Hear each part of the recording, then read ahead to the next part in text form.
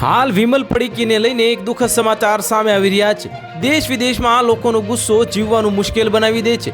નાની નાની વાત પર લોકો મોટી લડાઈ કરી બેસે છે। એવું જ કંઈક થયું છે બિહારના મધેપુરામાં, જ્યાં વિમલના બાકી પૈસાને લઈને બે પક્ષો વચ્ચે માથાકૂટ થઈ હતી। આ મામલાને થાળે પાડવા પહોંચેલી પોલીસ પર પણ લોકો દ્વારા હુમલો કરવામાં આવ્યો હતો। પોલીસે આ મામલે 54 નામજોગ અને 104 અજ્ઞાત લોકો વિરુદ્ધ કેસ નોંધી અને તમામ લોકો વિરુદ્ધ તપાસ શરૂ કરી છે। અને મધેપુરામાં બે પક્ષો વચ્ચે પાનની દુકાન પર વિમલના બાકી પૈસાની લેવડ દેવડમાં યુદ્ધ જેવો માહોલ સર્જાયો હતો। આ મામૂલી વાત પરથી શરૂ થયેલો વિવાદ જોતજોતામાં મોટો થઈ ગયો અને બંને પક્ષોએ એકબીજા પર લાઠી દંડા વડે હુમલો કર્યો હતો, જેમાં લગભગ 24 લોકો ઘાયલ થયા છે। આ ઘાયલોમાં 9 પોલીસકર્મી પણ સામેલ છે।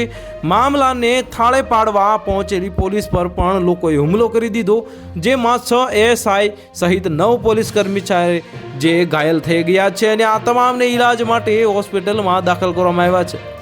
વિવાદ વધતા જોઈને એસપી સંદીપસિંહ જાતે ઘટના સ્થળે પહોંચી 24 ઉપદ્રવીઓની જે ધરપકડ કરી હતી અને સાથે જ પોલીસ જાતે જ ફરિયાદી બની હતી અને સરકારી કામમાં ખલેલ પહોંચાડનાર 54 નામજોગ અને 50 અજાણ્યા લોકો વિરુદ્ધ ફરિયાદ નોંધી છે।